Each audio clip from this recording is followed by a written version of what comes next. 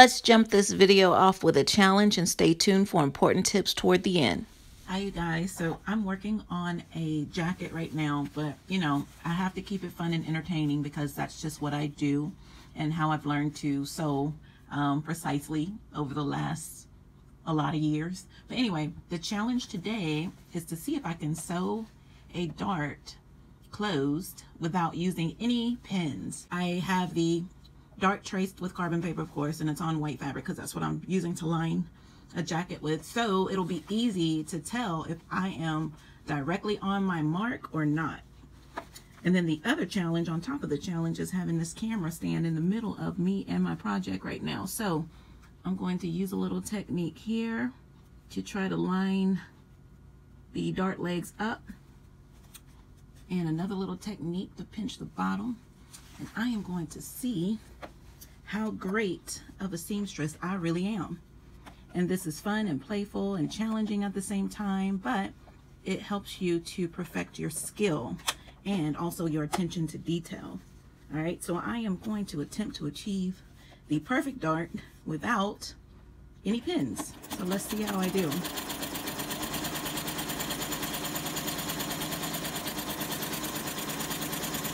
All right, at the end I'll leave a little tail so I can tie a secure knot. All right, so this is the top thread. I think I did all right. Yep, all the way down. Focus. All right, let's flip it over. Yeah, that was okay. I've seen better because this is not my first time challenging myself. I've seen like right on the money, but this one's pretty good for you guys. All right, so I get to show off my, it's like a 98% match here. All right, so I wanted to invite you guys to join the challenge along with me. I want to see if you got what it takes, or you have what it takes, to sew a perfect dart without pins. All right, so tag me in the video. I would love to see on Instagram at Sewing with LaToya, and show me if you have what it takes.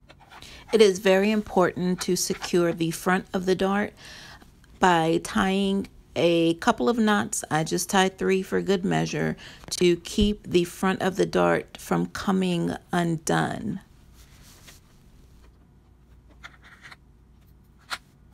All right, guys, so the trick is to pinch the bottom of the dart. All right, so that's basically the front of the dart, we'll call it. So you're going to pinch that area, right? And then next, you're going to, in between these 3 fingers, match up the dart legs, like so. And the benefit I have is that I'm using a light fabric, and I use a dark tracing paper or carbon paper to mark my dart legs. But even if you had like a little bit of a challenge of seeing through the fabric, then you can do a slight little snip on each leg with scissors, and that'll help you match up the actual dart legs if you use your little slit method. All right, so that we have the legs together and we have this area pinched. So all darts are basically even on both sides once you match up the legs. So it should be the same on the back as it is the front as far as distance from the fold. All right, so now you can kind of finger press. So you'll have your center of your dart there. So now you know blindly that when your needle connects with the actual tracing, that it's also connecting with the bobbin thread underneath at the same location. All right, so I hope you enjoyed those tips. If you're not comfortable sewing without pins, then stay tuned for these tips. Okay, so if you're a beginner, I understand that you may not be comfortable with this method, but this is an advanced technique of sewing without pins. But if you still are relying on pins, then a good way to check your dart to make sure that your needle is connecting on the markings on both the side that you can see and the side that you cannot see. What I like to do is I'll start with the pinch at the front of the dart, and I'll just secure that in place with a pin. And then to check to make sure if you're going to connect, I'll take another pin and I'll kind of work my way out to the side seam or the shoulder seam or wherever the end of the dart is, and use your pin to kind of cross check to see if that needle hits. Will it also hit on the other side? So with that pin in place here, I can go ahead and pin the dart leg up toward the end of the dart. And that doesn't have to be perfect. You can use your own technique. You can go crossways. You can pin up the dart. If you're going to be sewing this direction, then place your pins in the opposite direction. So as you're sewing, you can just pull them out as you go. All right, so to continue on, I am going to cross-reference or check reference again. Just stick a pin in the place where the needle will hit and then check it on the other side. It looks like I'm close enough. And then go ahead and continue to pin out. All right, and then you can pretty much see. I have the advantage. I can kind of see through right now, you know, if it's on the mark or not. And you can see here it's not. So I can kind of slide my fabric over to its original position where it already was.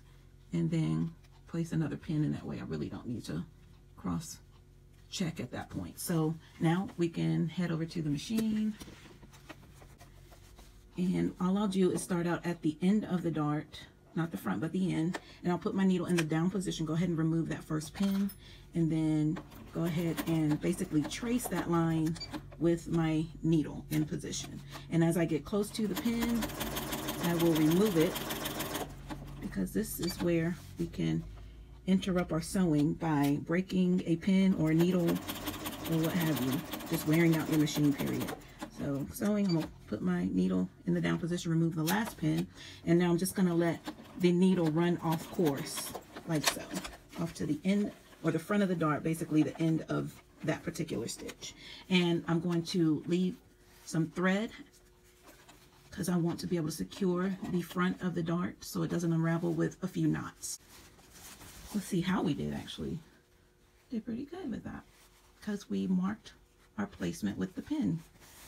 All right, and then again, you'll just tie a secure knot and be ready to go. So this is actually a bodice front. It's the right side of the body. So I have what we call a bust dart and then a waist dart. All right. Thank you for watching. I appreciate your likes, your shares, and your comments. Until next time.